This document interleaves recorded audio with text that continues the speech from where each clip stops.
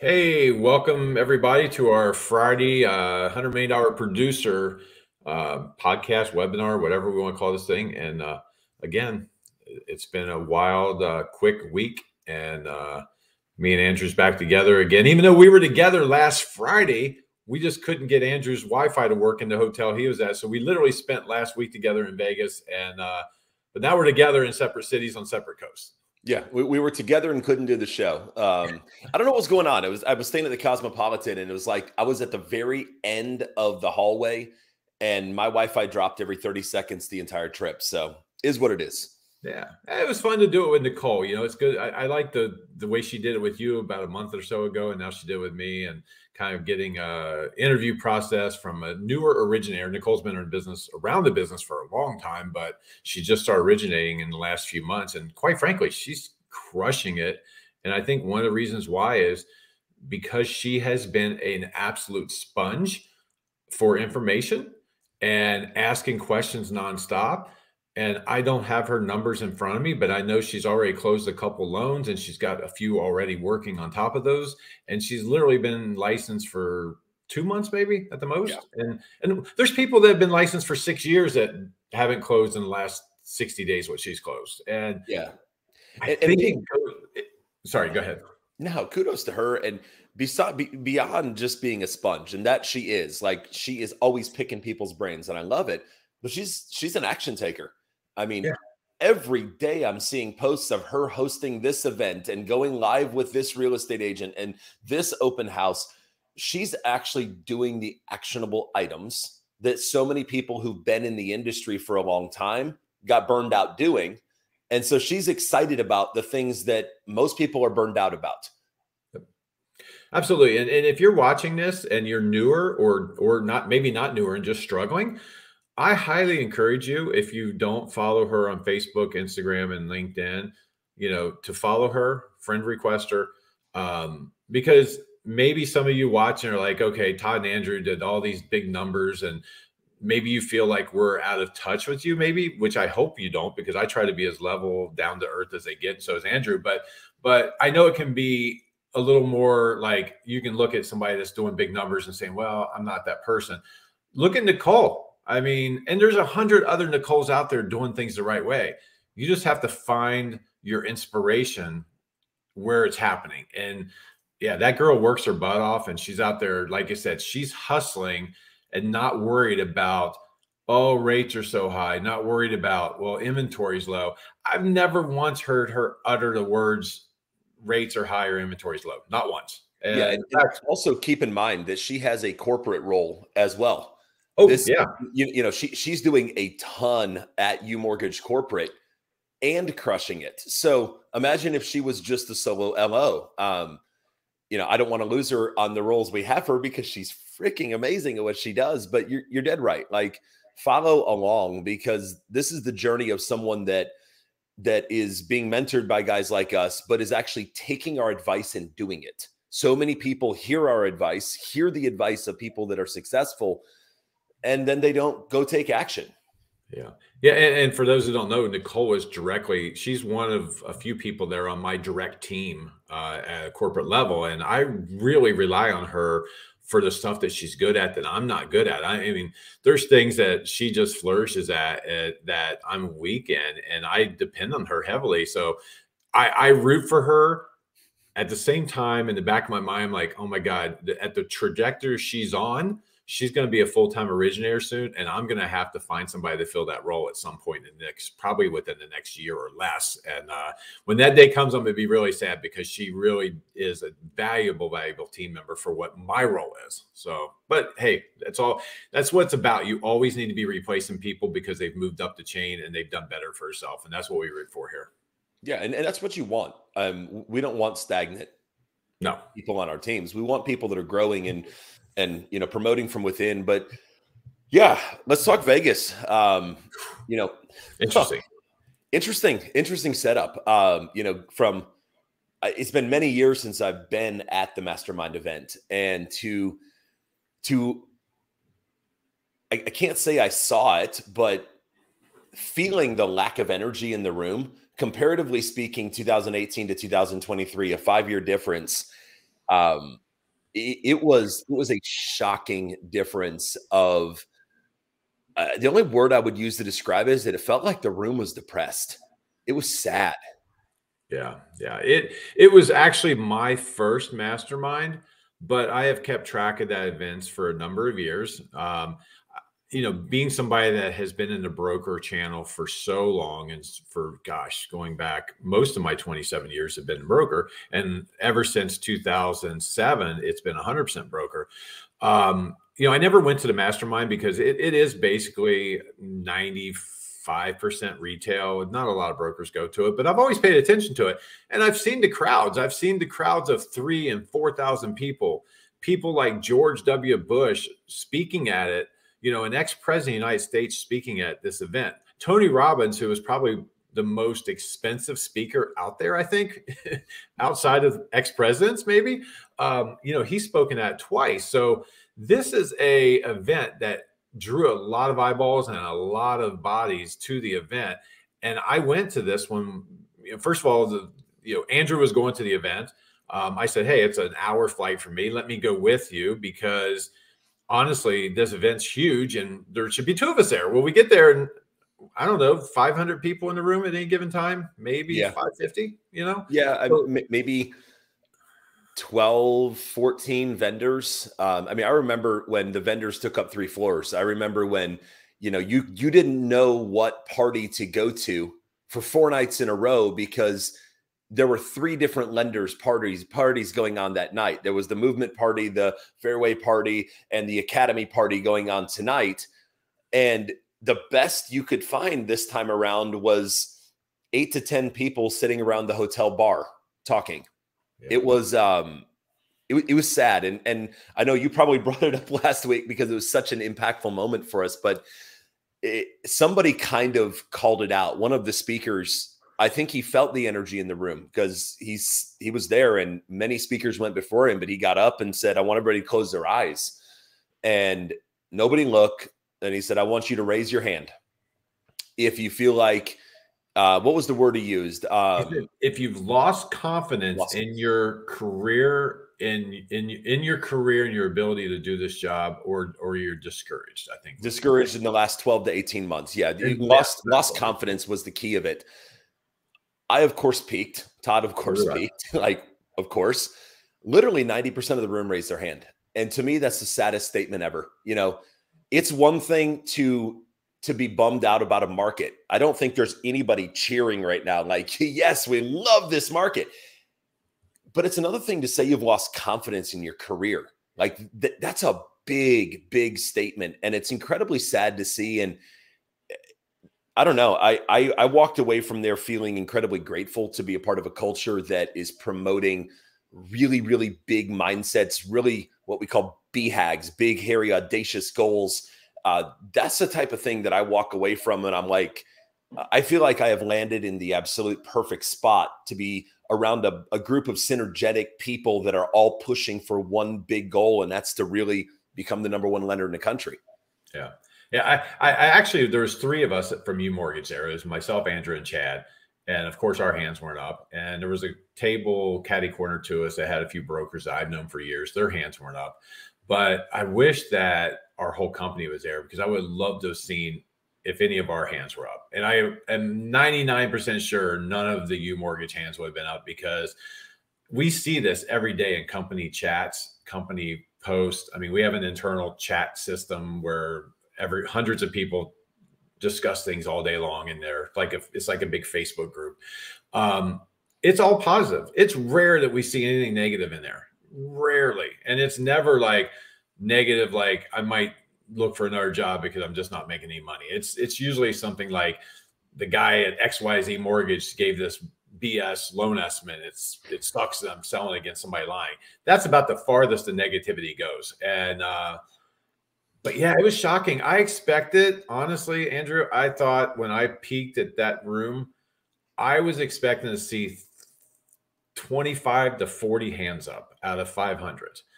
And instead we saw 450 hands up out of 500.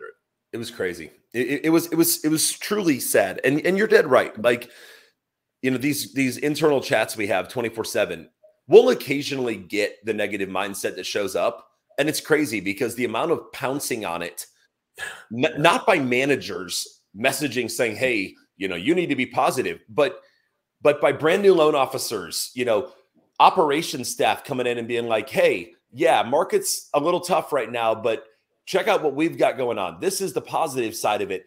There's just a synergy that needs to be found. And I came away from that event more emboldened than ever to double down on what I'm doing I hate to use the word recruiting because I'm actively growing my team. And I hate to use the word to call myself a branch manager because I don't look at myself as a manager. In fact, I want to throw my business cards away and put branch leader on it. And it's emboldened me to come home and really, really go hardcore after bringing additional teammates onto my team. Why? So I can build a bigger team and make more money. That will be the byproduct of me getting out there and pulling people into a family that changes that discouragement and that loss of confidence into a regaining of confidence and into encouragement.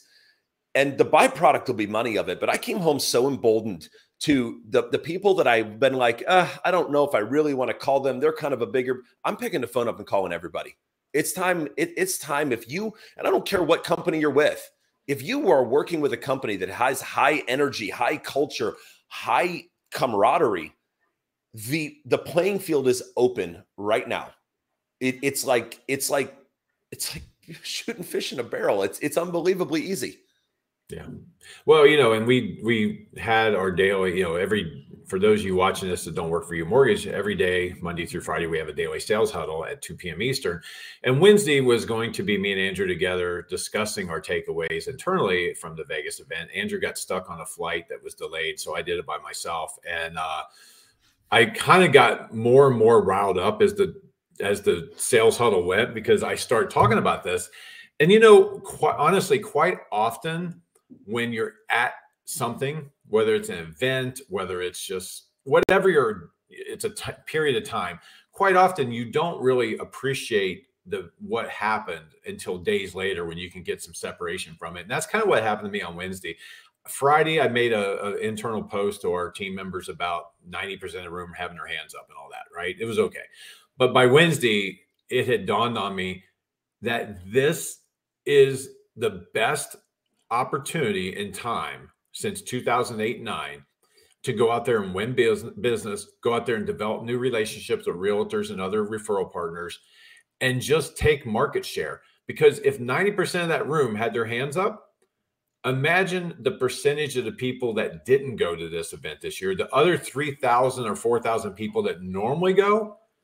If they didn't even take the time to go to the event because they're financially strapped and they don't want to spend $800 for hotel rooms and another $500 for flights, and then the tickets, which are $500 a piece or whatever they were, 99% of them had their hands up at home. And so this event, like I said, after getting some separation, I kind of I got jacked up on our Wednesday sales huddle and just saying, guys, girls, everybody here, this is your opportunity to go out there and win. This is your opportunity to go out there and take business, take those relationships away from those people that are hanging their head low saying, woe is me, and worrying about the things they can't control, which are rates and inventory, which it's the same for all of us. In fact, it's worse for the retail guys than it is for us brokers because their rates are even higher than ours. So yeah. And imagine if they lack confidence in their business. Yeah. They're lacking confidence with their real estate agents. They're lacking confidence with their buyers. And we know, again, I know we talked about this a couple of weeks ago with Kyle Kohler, putting that message out about just speaking with confidence. I truly feel like the opportunity is so great that I just want to hire 100 people as fast as I can so that we can take advantage of this market. Because I do feel like the market's going to turn. And when it turns, people are going to gain their confidence back. So if you're in growth mode right now, all it takes is the smallest fraction of confidence to go in. I saw this one presentation that a local lender was putting on. I stopped by a real estate office and there was a lunch and learn going on. So I just kind of hung in the shadows. And it was just mind numbing to me, the negativity, we're going to be in for the hardest summers of our life. If you're barely scrapping by right now, you wait until July and August. There won't be any inventory. There won't be this. Negative, negative, negative. And I wanted to jump out of my chair at the back of the room and be like, yeah, you're probably on face value very right in the sense that we're going to have a really interesting summer of inventory issues. But why don't we talk about the opportunities that exist? 33% of homes in America are owned free and clear. They're not tied down with a 3% interest rate on a mortgage. Why don't we talk about what Barry brought up when we were down in Palm Beach about, we all know debt consolidation refinances. Why don't we talk about debt consolidation purchases? How many people are sitting on $50,000 worth of credit card debt right now at 26% interest, but they have a 3% on their mortgage and they think that, oh, I'm not getting rid of my mortgage. But if they actually just rolled that all together into a new mortgage, they probably save money per month. Why don't we get creative? Why don't we be advisors? Why don't we get out of this negative mindset, get out of the freaking hole in the wall and go out and actually be an advisor? And if you're putting that negativity out to your real estate agents, much less your clients, you are instilling zero confidence of your abilities into them. When you can speak with confidence and say, yes, market is not fun right now, but we have solutions, you're going to pick up market share. It's not rocket science. Well, amazingly, imagine what it took for that loan officer to get that lunch and learn put together. He spent money on it. He had to spend months probably getting the agents all to agree to be there. And then to project a negative message to them. There's a reason why people pay guys like Tony Robbins thousands and thousands of dollars. Name any of the motivational speakers out there. I don't know anybody out there that's making money giving negative speeches. Like, if somebody knows of somebody that gets paid big money to go out there and do nothing but doom and gloom speeches, please refer them over to me because I got to see this because I don't think it exists. So you spend all your time getting that opportunity to do a class or a lunch and learn, whatever you want to call it, in front of a group of realtors, and you lead and stay on a negative tone. What in the world are you possibly thinking? I mean, that's like having a big dinner party and serving Domino's pizza at it. I mean, nobody comes there expecting to get a cold slice of pizza. If you're inviting somebody to a formal dinner party, they're expecting, good food. So same thing with that. I mean, you get realtors together in a room, they're looking for motivation. They're looking for any sliver of good news you can give them. Because quite frankly, I love my realtors, but let's face it, realtors are probably worse than loan officers when it comes to negativity and getting discouraged. It's our job to go out there and find ways to motivate them. It's our job to make them feel better and to give them that little kick in the backside to get out of the rut, and as I told our teammates on Wednesday, we should be out there asking every realtor we know of, what can I do to help you today? Because they're all the realtors out there need it right now. And I would just simply be calling realtors up saying, hey, this is Todd. We worked together 6 months ago. You're a listing agent. What can I do to help you today? How many is going to hang up on you, or how many is going to at least start a conversation? Probably 90% will at least engage. Because they're not busy. There's not a ton going on for them right now. Yeah. Like I've had more, hour-long conversations with real estate agents in the past 6 months than I've had in my career because there's not a lot going on. And I'm not saying go in and blow smoke up people's rear ends with flowers and roses and this market's great and it's strong. No, be a realist, but don't come at the situation with the realist facts, which are not always positive, without having a solution to fix it. Like I can go in all day long and be like, yeah, we're going to go right back into a market this summer where we're going to see multiple offers. 33% of homes right now in America are selling over asking price again. It's going to be one of those summers again, but I've got a tool. I've subscribed to MBS Highway. It's one of the best services. I've got a tool that's a bid over ask tool. And I ran a scenario this morning on this property and I actually did this in Jacksonville, Florida, that's listed at $385,000. And I ran the numbers on it that if the buyer bought it for $400,000, it would take them 4 months to recoup in equity the extra $15,000 to get that home. And so, yes, we're going to have a tough market. It's going to be back over sales price. We're going to be back fighting with appraisers. But that's what you got me for, is to fight the appraisers. You don't have to worry about that. But I've got the tools to make you successful. Yeah, don't just come at them and be like, blow smoke at them and say it's going to be the best summer of our life. Be real, but come with solutions. And when you do that, you're going to attract people to use you for your skill set, for your energy, for your positivity, and for your solutions. Yeah. And mindset's everything. I mean, you have to know how to do this job, but you have to have the right mindset. And I'll give you a great example is, I don't want to use her name because I want to call her out, but one of our loan officers in the Raleigh, North Carolina branch, the other day, she posted that she had 5 CTCs that same day. I mean, five clear to closes in one day. And I just responded, "Hey, awesome job. You're crushing it," or whatever. She responded back and said, you know, after this was on Wednesday night, and she said, after your sales meeting today, and she goes, you know, you had me pumped up to do more. And thank you, Todd. And I responded back, great. Now go get me 6 CTCs. Her immediate response was, no, it'll be 7. I mean, again, light banter, but it just shows like the mindset. Like, and I truly believe she's thinking, yeah, I'm going to go get 7, you know, 5 and not she good will. enough. You know? And I know who you're talking about, and she will do it. Like, she will go get you 7, and she's going to tag you in it when she does it just to make a point. But you're dead right. It's all about mindset. This game is not for the faint of heart. But when was the last time you sat down, call it just for a beer with an old friend or whatever you're doing, and everything out of their mouth was negative, and you were like, that was the best night of my life? Like nobody loves hanging out and spending time with someone that is the Debbie Downer, the negative Nancy, that always finds the problem with the solution. You know, there's 2 people. People that find solutions to problems, and then there's people that find the problems with the solutions.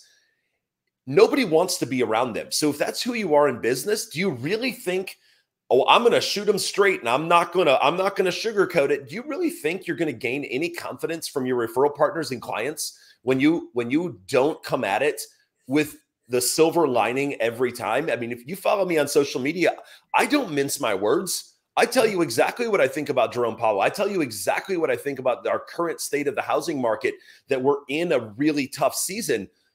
But then you find the silver lining and you come and say, and here's how you can navigate today's market. If you're struggling on this problem, here's a solution. If it's this problem, here's another solution. Yep. You have to be real, but have to come with solutions. And it comes from the top down. I mean, loan officers, if you're in a branch where you have a branch manager is really negative, it's going to reflect on you, and you're going to project that negativity to your realtors and your buyers. I mean, you know, again, I mean, this platform that we use here is more about helping everybody learn from us, not as much about promoting UMortgage, even though it's a UMortgage platform we're on. But, you know, our CEO, Anthony, I mean, first of all, he's the first one in the office every morning. Sometimes he's in the office at 1:30, 2 a.m. I get voice memos from him at the weirdest hours. But give me an example of positivity. I mean, yesterday there was something that he wasn't overly pleased with, so he left one of his typical voice memos for me and a couple people that, you know, that expressed his unhappiness. Like 15 minutes later, he then came back and then expressed, hey, you know, I'll take ownership. And somebody else on there took ownership of, we didn't really message this right. So, you know, hey, we're all in this together. Like, immediately he realized it was a negative message and he fixed it, you know, because that's just our way here. We're not going to give anybody a negative message, whether it's the CEO to me or whether it's a loan officer to a realtor. You know, if you don't have the mindset, again, it's this, we'll just call this the Mindset Friday edition of the show, because it is, if you can't project that, nobody in the right mind is going to work with you. And again, I'd love to see Tony Robbins go on stage, and instead of saying, point to your neighbor and say, I own you, look, pull out a mirror and say, I'm owned. Everybody walk out. You know? Point to the person next to you and say, it's your fault. Yeah. Like, what? Yeah. No, we take extreme ownership. And I will say that is the highlight of Mastermind for me. There were some amazing speakers that really crushed it. Jocko. I'm not going to name drop, because if I name drop one, then I have to name drop everybody that I thought was amazing. There were some amazing ones there. If you're a speaker and you're watching this, you probably know if you were amazing. I thought there were some great speakers, but Jocko killed it. But the thing that I loved about Jocko, continuing down the mindset, was when he gave that analogy at the end of when he was tasked with training future SEAL team leaders. And they would go out on a mission and they'd miserably fail. And he said, when we'd come back to the debrief, he said, I'd sit in the back and I would watch. And I could tell by one characteristic of whether I had a leader that was going to succeed or fail. And he said, and I won't go through the whole story, but he basically said there were 3 divisions out. And he said, the leader that's going to fail comes back and says, rendezvous team, you guys screwed up.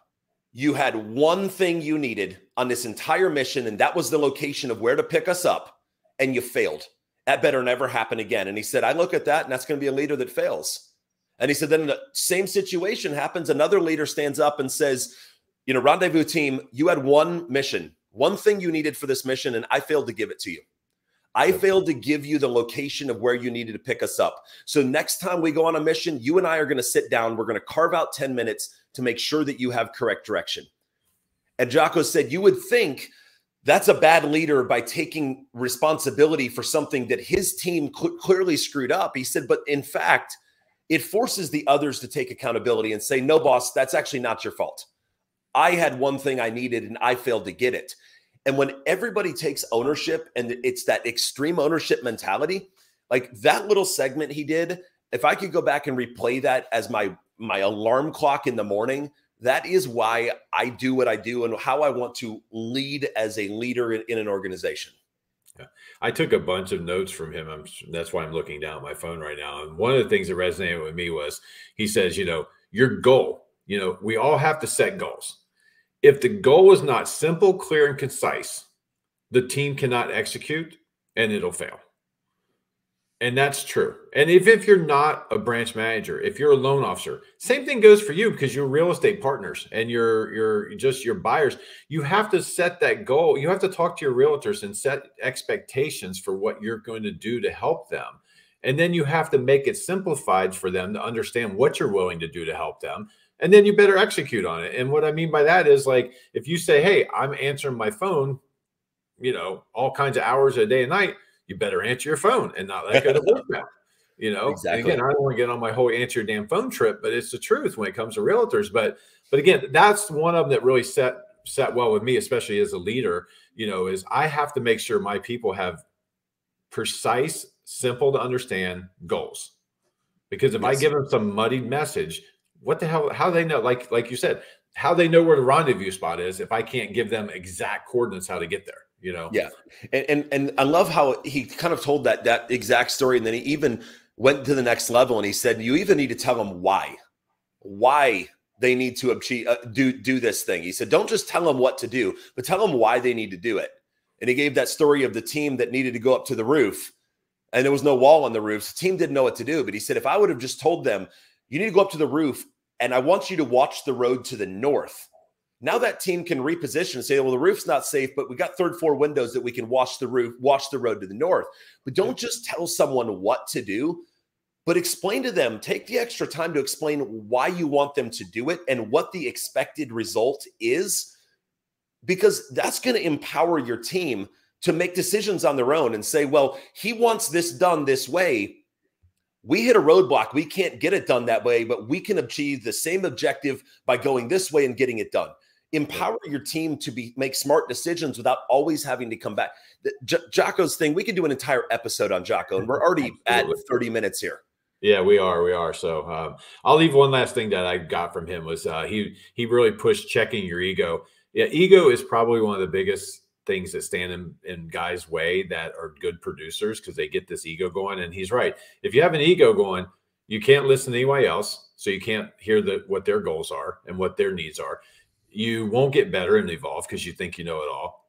And you have to be able to self-assess. You have to be able to look in the mirror and see your own flaws to get better. And if you're not willing to get better, you're never going to increase your sales. You're never going to be better at this job. So I do think that's a big message here too, is to check your ego and have humility in this job. And again, we are already over a minute. So I'll let you take us out. Check your mindset, check your ego. Make sure that you are portraying a level of positivity, not smoke and mirrors, not fluffing up something that isn't there. but be realistic, but find solutions to problems. Don't just be nobody needs a town crier screaming that the housing market's failing. Everybody can see that the housing market is in a mess right now with inventory issues. Everybody can see it. Nobody needs someone to stand on the freaking corner and announce it. Announce it and give solutions to it. Don't just be the person that stands there screaming the sky is falling. Be the person that says, hey, the sky's falling. We got a shelter over here. We can bring you in. We can find this the way to do it. And answer your damn phones. That's it. Have a great weekend, everybody. Take care.